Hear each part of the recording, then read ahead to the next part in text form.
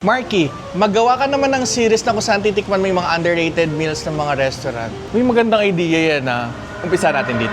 Hi mga Divels! Andito tayo ngayon sa Mama Lou's Evia branch. Itatry natin yung mga dishes na personally hindi ako familiar and hindi namin parating in-order. Pag sinabi kasi underrated, usually ito yung mga dish na hindi masyado napapansin ng masa or ng karamihan. Ito yung mga in-order namin. Inumpisa namin, meron sila Mama Lou's Choice. Meron siyang available na 10, 12 and 14 inches. And then, hindi ko alam na meron silang giant chicken parm. So, umpisahan natin, tikman muna silang dalawa, okay? Dito sa Mama Lou's Choice na pizza, para siya pinaghalo-halo na usual na pizza na natitikman natin. As you can see, meron siyang olives, green bell peppers, garlic. Parang may garlic, roasted garlic, olives, white onions, pepperoni, and salami. Sobrang dami. Ito na 10 out of 10. And ito na ang giant chicken parmigiana. Meron pala sila nito, hindi ko alam. Tikman na natin.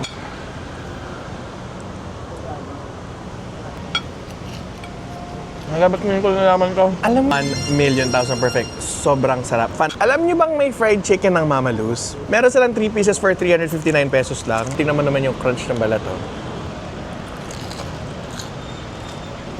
Low-key. 10 out of 10. And alam nyo bang merong risotto din ang Mama Lou's? At first time ko matitikman to kasi hindi ko siya napapansin sa menu. Risotto is usually parang lugaw ng mga Italiano.